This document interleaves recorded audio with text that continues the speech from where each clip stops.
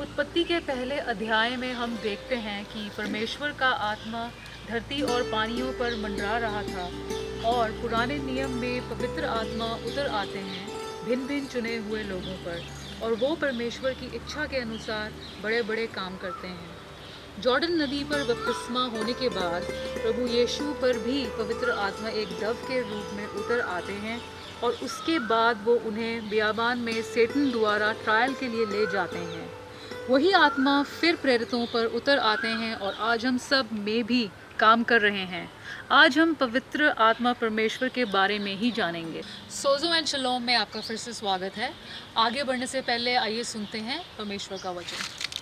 परमेश्वर का वचन हमने लिया है यूहन्ना के 16वें अध्याय में 7वीं आयत से, जॉन 16 वर्स 7 ऑनवर्ड्स।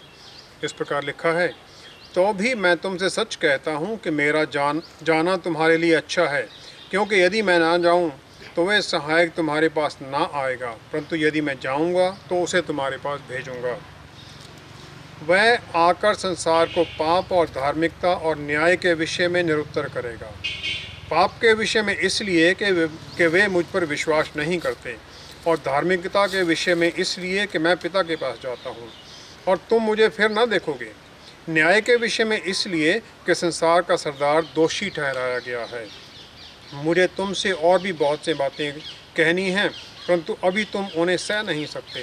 परंतु जब वह अर्थात सत्य का आत्मा आएगा तो तुम्हें सब सत्य का मार्ग बताएगा, क्योंकि वह अपनी ओर से ना कहेगा, परंतु जो कुछ सुनेगा वही कहेगा और आने वाली बातें तुम्हें बताएगा। वह मेरी महिमा करेगा, क्योंकि वह मेरी बातों में से लेकर तुम्हें बताएगा। जो कुछ पिता का है वह सब मेरा है, इसलिए मैंने कहा कि वह मेरी बातों में से लेकर तुम्हें बताएगा। परमेश्वर के वचन को पढ़े और सुने जाने के बारे में आशीष हो। आज का प्रोग्राम हम फिर परमेश्वर के चुने हुए दास पास्टर शफीक मसीह रंधावा जी के साथ कर रहे हैं, पवित्र आत्मा परमेश्वर के बारे में। सर, आपका स्वागत है प्रोग्राम के अंदर। पवित्र आत्मा परमेश्वर के बारे में नए नियम के अंदर बार बार लिखा गया है। प्रभु यीशु बताते हैं, आम तौर पर विश्वासी एक दूसरे से पूछते हैं, मुझसे भी ये पूछा जाता है कि आपको पवित्र आत्मा मिला, कि आप अन्य भाषा बोलते हैं, कि आपको क्या क्या वरदान मिले हैं, पवित्र आत्मा क्या है और उनका क्या काम है, इसके बारे में कुछ थोड़ी रोशनी डालिए। पवित्र आत्मा जो है वो एक मर्द खुदा है, और पवित्र आत्मा जो है वो अपने काम को लोगों तक करके दिखाता है। जो वो कहता है वही करके दिखाता है। बाइबल के अंदर लूका 1:41 के अंदर लिखा है, जब मरियम एलिजबेथ के पास आती है तो उसे प्रणाम बोलती है, तो बच्चा उसके पेट के अंदर होता है, तो वो एकदम उछलता है, तो पवित्र आत्मा से एलिजबेथ जो है वो भर जाती है। इसका मतलब है कि पवित्र आत्मा जब आता है तो वो लोगों को भरपूर कर देता है, उनका जीवन जो है भरपूरी से बना देता है। ऐसा पवित्र आत्मा कार्य करता है। तो इसका मतलब ये है कि पवित्र आत्मा परमेश्वर जो हैं वो पिता परमेश्वर की आत्मा है। पिता परमेश्वर और पुत्र परमेश्वर को जाहिर करने के लिए आते हैं। इसका मतलब यही हुआ ना? जी हाँ। पवित्र आत्मा परमेश्वर के पास जो कुछ बातें हैं, परमेश्वर के अंदर गूढ़ बातें, वो पवित्र आत्मा सारी बातों को मनुष्य के ऊपर लाकर प्रकट कर देता है। परमेश्वर के राज की बातें पवित्र आत्मा जो है वो इंसान के ऊपर आके प्रकट कर देता है, और वो बताता है कि ये बात परमेश्वर से मुझे मिली है और मैं तेरे पास लेके आया हूँ। तो पवित्र आत्मा जो बोलते हैं कि आपको मिला, मेरा समझना जो ये है कि पवित्र आत्मा हमें प्रभु यीशु को दिखाते हैं कि वो परमेश्वर का पुत्र है, वचन है, वो दिखाते हैं और वो हमें लेके जाते हैं प्रभु यीशु के पास। प्रभु यीशु के पास हम पहुंचते हैं उनका बपतिस्मा लेने के बाद में। बपतिस्मे के बाद में प्रभु यीशु हमें पवित्र आत्मा का बपतिस्मा देते हैं, ताकि पवित्र आत्मा हमारे अंदर आ जाए, क्योंकि पुराने नियम में तो वो किसी के अंदर नहीं थे, पर यही लिखा गया आत्मा उस इंसान पर उतरा, उसके ऊपर था लेकिन उसके अंदर नहीं था। नए नियम में फिर प्रभु यीशु हमें उसका बपतिस्मा देते हैं, वो हमारे अंदर आ जाते हैं। तो यही हुआ ना जी। तो जिसने बपतिस्मा ले लिया उसे पवित्र आत्मा तो मिल गया, तो कोई ये नहीं कह सकते आपको मिला या नहीं मिला। अब ये है कि उसकी सहभागिता में हम कितना चल रहे हैं, कितना उसकी सामर्थ्य में हम चल रहे हैं, वही आगे उसको बढ़ाएगा। जी। इसका मतलब है जब पतरस ने प्रचार किया तो उसने कहा कि मन फिराओ और अपने अपने पापों की माफ़ी के लिए यीशु मसीह के नाम से बपतिस्मा लो, तो पवित्र आत्मा का दान तुम्हें मिलेगा। पवित्र आत्मा जो है परमेश्वर की नज़दीकी में मनुष्य को लेके जाता है। पहले तो वो पवित्र करता है, मनुष्य को सिद्ध बनाता है, और फिर वचन की बातें उनके ऊपर जाहिर करता है, और उसके बाद वो वहाँ ले जाता है जहाँ परमेश्वर की उपस्थिति होती है, और फिर वहाँ परमेश्वर और वो मनुष्य दोनों ही एक साथ मिलकर परमेश्वर की महिमा करते हैं। पवित्र आत्मा की यही बात है। Praise God, praise God, बहुत सुंदर। जी जी। तो पवित्र आत्मा हमें जब मिलते हैं, जैसे वो लूका के अध्याय में 2:26 में लिखा है, तो फिर वो हमें क्या क्या बताते हैं? वो आगे की बातें ही बताते हैं, आगे क्या होगा। हाँ, पवित्र आत्मा जो है नंबर 1 वो बताते हैं कि तू ज़मीन के ऊपर पैदा हुआ है और ज़मीन के ऊपर बड़ा हुआ है, और ज़मीन के ऊपर रहकर मैं तुझे स्वर्ग की बातें बताऊंगा। और स्वर्ग की बातें बताने वाला पवित्र आत्मा जो है वो मनुष्य को दीन बना देता है, हलीम बना देता है, और परमेश्वर के नज़दीकी में लाने का एक रास्ता उसके लिए तैयार कर देता है। पवित्र आत्मा ये कार्य करता है। दूसरा, पवित्र आत्मा जो है वो इंसान को ऐसा बना देता है कि इंसान के लिए दुनियादारी की सब बातें फेल हो जाती हैं। वो बोलता है मैं और मेरा खुदा ही मेरे साथ है, मुझे और कुछ नहीं चाहिए। जी। ये है पवित्र आत्मा बताता है। पवित्र आत्मा जब प्रभु यीशु पर आते हैं तो एक शक्ति पाते हैं। पवित्र आत्मा समसून के ऊपर आते हैं, वो शक्ति पाता है। तो पवित्र आत्मा हमें शक्ति भी देते हैं। हाँ, पवित्र आत्मा शक्ति देता है। लिखा प्रेरितों 1:8 के अंदर कि जब आप के ऊपर पवित्र आत्मा आएगा तो आप सामर्थ्य पाओगे।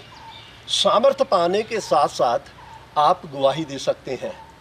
यरूशलेम, यहूदिया, सामरिया, बल्कि पृथ्वी के शोर तक आप उसके गवाह बन जाएंगे। तो शक्ति जो है, पवित्र आत्मा शक्ति देता है। जैसे समसून के ऊपर आई शक्ति, आत्मा आया, यिप्ता के ऊपर आत्मा आया, दाऊद के ऊपर आत्मा आया, साउल राजा के ऊपर आत्मा आया, यिप्ता के ऊपर आत्मा आया, और कालेब के परिवार का कनिजी जो था उसका एक बेटा था, भाई था जो, वो उसके ऊपर पवित्र आत्मा आया। और जैसे वो पवित्र आत्मा आया वैसे ही उन्होंने शक्ति पाई। और जब समसून के ऊपर आया तो शेर सामने आया और उसने शेर को फाड़ डाला था। तो इसका मतलब वो शक्ति थी उसके अंदर। तो पवित्र आत्मा शक्ति देते हैं, वो शक्ति देते हैं। दूसरा, पवित्र आत्मा परमेश्वर, जैसे हमने अभी बात की थी, वो प्रभु यीशु के बारे में बताते हैं। प्रभु यीशु है वचन, जिंदा वचन जो देहधारी हुआ। तो हमें वो प्रभु यीशु के बारे में सिखाते हैं। जैसे यूहन्ना 14:26 में लिखा है, वो हमें वचन की गहराई, वचन के बारे में, जैसे आपने कहा था, परमेश्वर के स्वर्ग राज के बारे में, परमेश्वर के मन की बातें हमें सिखाते हैं। तो हमें और क्या क्या सिखाते हैं? बाइबल बताती है 14:26 यूहन्ना में कि जब पवित्र आत्मा अर्थात वो मददगार आएगा तो वो 2 बातें जो सिखाता है। पहले तो याद दिलाता है, याद दिलाता है कि तूने किस टाइम क्या किया था, पापों के बारे में, पापों के बारे में वो याद दिलाता है। और दूसरा वो याद दिलाता है कि वचन के अंदर कहाँ क्या लिखा हुआ है। पवित्र आत्मा का ये काम है। पवित्र आत्मा जो है वो याद दिलाता है क्या इस भेद का मतलब क्या है, वचन के बताता है। वचन के भेद बता। वो वचन के भेदों को प्रकट करता है जो मनुष्य की समझ से परे होते हैं। फिर पवित्र दूसरी आत्मा बात, रिश्तों के बारे में। हाँ, दूसरी बात जो है वो है सिखाता। सिखाता क्या है? पहले याद दिलाता है, अब सिखाता है। प्रार्थना करना सिखलाता है, नंबर 1। प्रार्थना करना सिखलाता है। नंबर 2, वो अपनी नज़दीकी के अंदर कैसे लाना है वो ही सिखाता है। तो परमेश्वर से रिश्ता एक बनना, वो रिश्ता जो है वो एक अजीब रिश्ता बना देता है परमेश्वर के साथ से इंसान का। ऐसा वो रिश्ता बनाता है कि इंसान फिर उससे कभी भी पीछे नहीं हटता, दिन प्रतिदिन वो आगे ही आगे बढ़ता जाता है। ऐसा वो सिखाता रहता है। एक ही दिन ही सिखाता, वो प्रतिदिन कुछ ना कुछ वचन की बातें हमें सिखाता रहता है। वचन की बातें भी सिखाता है और संसार की बातें भी सिखाता है। बड़े लोगों से कैसे व्यवहार करना है, अपने माता पिता और दोस्तों के साथ कैसे व्यवहार करना है, वो ये भी सिखाता है बातें पवित्र आत्मा जो है। दूसरा, वो सिखाता हमें कैसे परमेश्वर की उपस्थिति में जाना है। क्योंकि कुछ लोग क्या करते हैं, तैयारी नहीं करते, सीधा ही परमेश्वर के सामने जाते हैं, दुआ करते हैं, मज़ा नहीं आता है क्योंकि वो तैयारी नहीं उसने की। पवित्र आत्मा हमें तैयार भी करना सिखाता है और फिर हमें याद दिलाता है अब यहाँ इस बात को प्रभु के सामने बोलना है। तो तैयारी जो है ये क्या सिर्फ हमारी पापों को मानना, उसकी तौबा करना और उसके सीधे रास्ते पर आना, एक तो ये हुआ, और दूसरा वचन के बारे में हम उसको पढ़ें, उसको समझें और उस आत्मा के साथ जुड़ें। पवित्र आत्मा को जो आना है, क्या वो सिर्फ अन्य भाषा बोलने के साथ ही सीमित है? क्योंकि हम कहते हैं अगर आपको अन्य भाषा नहीं बोल रहे हैं तो आपको पवित्र आत्मा मिला ही नहीं है, ये एक मानना बन गया है। ये तो लोगों का अपना अपना ख्याल है। जैसे मरकस 16:16 में बताया गया है कि विश्वास करने वालों के साथ ये चिन्ह होंगे कि मेरा नाम लेके दुष्ट आत्मा को निकालेंगे, नई नई भाषा बोलेंगे, सांपों को उठा लेंगे, नाश्तों को अस्तु पी लो तो नुकसान नहीं होगा, बीमारों पे वो हाथ रखेंगे तो अच्छे हो जाएंगे। यहाँ तो ऐसा लिखा हुआ है, विश्वास करने वालों के साथ ये चिन्ह होंगे। फिर दूसरा है, पवित्र आत्मा जो है, अन्य भाषा जो व्यक्ति बोलता है वो एक चिन्ह है। वो एक चिन्ह है। जब हम अन्य भाषा बोलते हैं तो हम अंदाज़ा लगा लेते हैं कि इसके पास पवित्र आत्मा है। कई चिन्हों में से एक चिन्ह है। हाँ, बहुत से चिन्ह हैं, 9 चिन्ह हैं और उनके मुताबिक एक चिन्ह ये है। 9 चिन्ह जो कुरिन्थियों की पहली कुरिन्थियों 12 में लिखा गया है। 12:7 से पहला है उसमें नॉलेज, बुद्धि, ज्ञान है, और आत्माओं के बारे में समझना, कौन सी पवित्र है कौन सी डेमोनिक है। उसके बाद में विश्वास भी उसी का एक गिफ्ट है, और चंगाई देना, चमत्कार करना, अन्य भाषा बोलना, अन्य भाषा को समझना, और उसके बाद में भविष्य वक्ता बनना। भविष्य, ये 9 जो उसके गिफ्ट हैं। तो जो अन्य भाषा एक ही गिफ्ट है, बाकी 8 अलग हैं। वो 8 भी, क्या ये 8 एक ही आदमी, 9 एक ही आदमी में होते हैं, या किसी में 1 है, किसी में 2 हैं, किसी में 4 हैं? ये तो परमेश्वर की उपस्थिति में जब जाता है आदमी तो परमेश्वर से मांगना चाहिए कि मुझे 9 ही वरदान सारे चाहिए, के सारे मिले, मुझे 9 वरदान चाहिए। तो लिखा है कि मांगने वालों को दिया जाएगा। जैसे लोग मांगते ही नहीं है। जैसे एलीशा मांगता कि एलिया से मुझे डबल मिले, तो उसे मिला। और हम मांगेंगे तो मिले। मांगेंगे तो मिलेगा। यीशु मसीह ने खुद कहा है, जब तुम मांगोगे तो मैं दूंगा। कुछ लोग हैं मांगते नहीं है, इसलिए एक ही मांगते हैं तो एक ही पा लेते हैं। यदि वो कहें कि मुझे 9 वरदान चाहिए तो परमेश्वर उसे 9 वरदान देगा। तो हम क्योंकि पवित्र मांगने पे आत्मा है। परमेश्वर को पाते कैसे? परमेश्वर को पाना बहुत सहज बात है। परमेश्वर को पाने के लिए केवल छोटी सी बात करनी पड़ती है, प्रभु के सामने जाकर माफ़ी मांगे और उसे अपना उद्धार करता मांगे कि प्रभु, मैंने जब से जन्म लिया है मैं तेरे सत्य को नहीं जान पाया, आज मुझे पता चला है। मैं अपने पापों की क्षमा मांगता हूँ। जो कुछ भी जाने अनजाने में मुझसे हुआ है, मैं वो सब आज कबूल करता हूँ। जब हम उसके सामने मान लेते हैं तो यीशु मसीह हमारे अंदर आ जाता है। जब हमारे अंदर आ जाता है तो पवित्र आत्मा की सामर्थ्य भी हमारे अंदर ही दाखिल हो जाती है। उसको उभारना, फिर प्रार्थना करना, बाइबल पढ़ना और संगति करना, आराधना करना, फिर वो आदमी के अंदर पवित्र आत्मा उभारना शुरू हो जाता है। जो प्रेरितों का दूसरा अध्याय उसमें 37-38 आयत में लिखा है, जो विश्वास करते हैं, जो उसके वचन पर चलते हैं, तो उन्हें फिर पवित्र आत्मा परमेश्वर एक वरदान के रूप में, गिफ्ट के रूप में मिलते हैं जी। तो जो प्रभु यीशु को उद्धारकर्ता मान लेता, जो उन पर चल पड़ा, सब अपने पापों से माफ़ी मांग, पाप तो हम रोज़ ही करते ही रहते हैं, हम थोड़ा गए जी।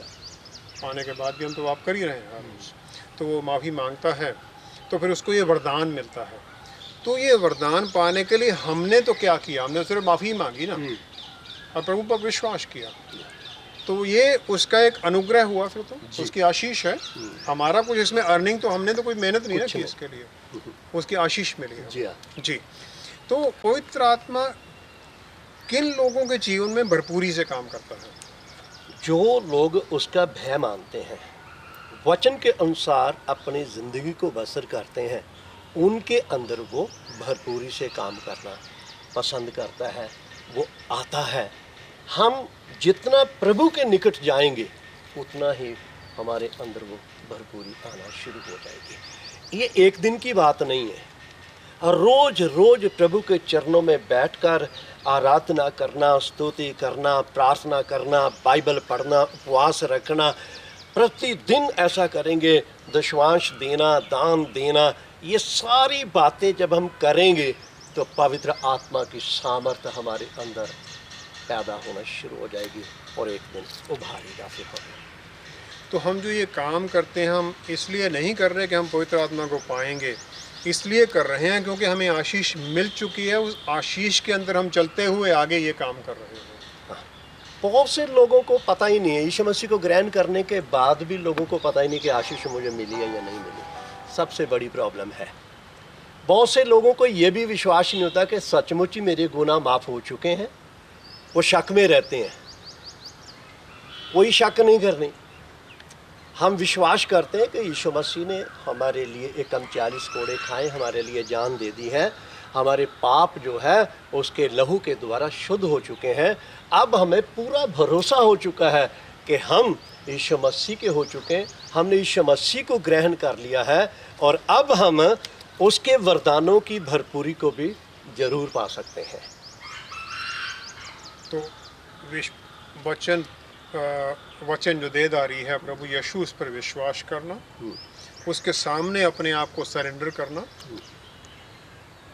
वचन को पढ़ना, सुनना, समझना, उस पर चलना, उसके अनुसार अपने जीवन को व्यतीत करना, ये सब काम करने से पवित्र आत्मा हमारे अंदर आएंगे और उसकी मतलब ज़्यादा से ज़्यादा उसकी भरपूरी। इसका मतलब ये हुआ कि पवित्र आत्मा के भिन्न भिन्न वो प्रेजेंस जो है अलग अलग, उसकी क्वांटिटी अलग अलग है। जैसे मूसा पर थी तो उसमें से निकाल के फिर 70 लोगों में बांट दी गई। एलिशा एलिया से डबल मांगता है, इसका मतलब अलग अलग भिन्न भिन्न वो है। प्रभु यीशु पर भरपूरी में थी, तो इसका मतलब हम में भी वो कम ज़्यादा हो सकती है। ऐसा यूहन्ना के 3 अध्याय में जब हम पढ़ते हैं 34 से 35 वचन को, तो वहाँ लिखा है कि यीशु मसीह पवित्र आत्मा किसी को नाप कर नहीं देता। पवित्र आत्मा पूरे का पूरा ही दे देता है, मगर विश्वास जो है वो अलग अलग रीति से देता है। पवित्र आत्मा सबको ही एक साथ देता है, मगर उसको आगे बढ़ाना ये मनुष्य के अपने काम है। जितनी दुआ करेगा, जितना वो सामर्थ्य हासिल करना मांगता है, प्रभु से पा सकता है। ये क्योंकि विश्वास पर ही है। अगर एलिशा नबी विश्वास नहीं करता, जर्दन नदी से दूसरी तरफ खड़ा था, ऊपर से एलिशा नबी का उसे वो उसका चद्दर मिलती है और वो चद्दर ही मारता पानी के ऊपर और खुल जाता है। अगर वो विश्वास ना करता, खड़ा ही रह जाता नदी के पहली तरफ में, कभी नदी तो अलग होनी ही नहीं थी। हाँ। तो हम ये विश्वास करें कि जो आत्मा की भरपूरी जैसा मिलना चाहिए पूरा हमें मिल गया है। जी। गिफ्ट्स भी हमें मिल गए हैं सारे के सारे, 9 के 9। अब उन सबको उजागर करना हमारे ऊपर है कि हम कितना उनमें जुड़ रहे हैं प्रभु यीशु के साथ, कितना उसे संगति कर रहे हैं, कितना वचन को समझ रहे हैं, तो उसके मुताबिक फिर वो आगे बढ़ेगा। जी। क्या ऐसा भी है कि हम पवित्र आत्मा से परे भी हो सकते हैं? हाँ, परे हो सकते हैं। पहला थस्सलुनीकियों 5 में लिखा हुआ है 19-21 में तक, उसमें लिखा है पवित्र आत्मा जब हम उसकी इच्छा को नहीं मानते, जैसे शाऊल राजा जो था, परमेश्वर ने उसको कहा था कि अमालेकियों को तू ख़त्म करके आना है, मगर उसने वो काम नहीं किया। काम ड्यूटी तो मानी मगर पूरा काम नहीं वो करके आया, तो परमेश्वर उससे अलग हो गया, पवित्र आत्मा उससे जाता रहा, कोई दूसरा आत्मा आने लगा। आज भी बहुत से लोगों के पास ऐसा होता है कि बहुत से लोगों के पास पवित्र आत्मा तो चले जाता है, क्योंकि वो गलती के ऊपर गलती करते रहते हैं, गलती के ऊपर गलती करते रहते हैं। सैमसन ने भी गलती की, आज भी बहुत से लोग गलती करते हैं। शाऊल राजा ने गलती की, आज भी बहुत से लोग गलती करते हैं। तो जब गलती करते हैं तो परमेश्वर का आत्मा, जो पवित्र आत्मा होता है, वो अलग हो जाता है। शमसून को पता नहीं था कि मेरे बाल कट चुके हैं, परमेश्वर की हजूरी मेरे से अलग हो चुके हैं, मगर वो फिर भी खड़ा हुआ। जब उस दलैला ने कहा कि शमसून तेरे दुश्मन तेरे ऊपर चढ़ाई करके आए हैं, तो वो खड़ा तो हुआ, अंगड़ाई ली, कुछ भी नहीं था उसके पास। आज भी ऐसा लोगों के साथ है। इसीलिए इफिसियों 4:30 के अंदर लिखा है, उसे उदास भी मत करो। कई बार हम पवित्र आत्मा को उदास कर देते हैं। कब? जब उसकी इच्छा के अनुसार हम काम नहीं करते। कई बार आधी रात के समय पवित्र आत्मा की इच्छा होती है कि दुआ करो, मगर इंसान क्या करता? चारपाई के ऊपर करवट, कभी इधर कभी उधर, कभी इधर कभी उधर, और सुबह उठता है तो बोलता है पूरी रात बेचैन रहा मैं, मुझे नींद नहीं आई। तो उसने कुछ दिनों के बाद फिर पवित्र आत्मा ने उनसे समझाया उन्हें, ओहो मैंने गलती की, उस दिन भी पवित्र आत्मा मुझे बोल ही रहा था, मगर मैंने उसकी बात को माना नहीं। आज भी ऐसा लोग करते हैं। तब वो उदास हो जाता है। जब उदास हो जाता है तो हमारे अंदर की सारी बातें शून्य हो जाती है, खुशी आनंद चेहरे से हट जाता है, तो हम उदास हो जाते हैं। इसलिए लिखा है उसे उदास मत करना। तो आत्मा के उदास होने से हमारा जो शरीर है उस पर भी असर पड़ेगा। जरूर पड़ेगा। जो सोल है, जो मन है, उस पर भी असर पड़ेगा, विचारों पर भी असर पड़ेगा, और जो हमारे अंदर आत्मा है उस पर तो असर पड़ ही गया। तो आत्मा के उदास होने के बाद में जहाँ हम दूर होने लग गए, तो शैतान का कब्जा शुरू हो गया। जो दूसरा आत्मा आया है, तो वो शैतान की आत्मा है, तो कोई सीधी आत्मा तो है नहीं। तो वो हमें फिर उल्टे रास्तों पर ले जाने लग जाता है। जी। तो हम वो पाप करेंगे तो पाप से आत्मा और दूर होता जाएगा। तो जब ऐसा होता है तो हम वापस परमेश्वर के पास कैसे पहुंचते हैं? परमेश्वर दयालु परमेश्वर है जी। वो इतना दयालु है, वो फिर भी क्षमा करने की सामर्थ्य रखता है। इसीलिए भजन संहिता 67:8 के अंदर 19 वचन के अंदर लिखा, मुबारक है यहोवा परमेश्वर जो प्रतिरोज हमारा बोझ उठाता है। वो रोज ही हमारा बोझ उठा लेता है। शर्त है कि हमें मानना है। जब हम कहीं दूर भी चले जाएंगे तो एक ना एक दिन पवित्र आत्मा उसे समझाएगा कि तू गलत होता जा रहा है, वापस आ जा। तो वो बोलेगा मैं कैसे आऊँ, मैं तो बहुत गुनाहगार बन गया हूँ, मैंने तो बड़ी गलतियाँ की है।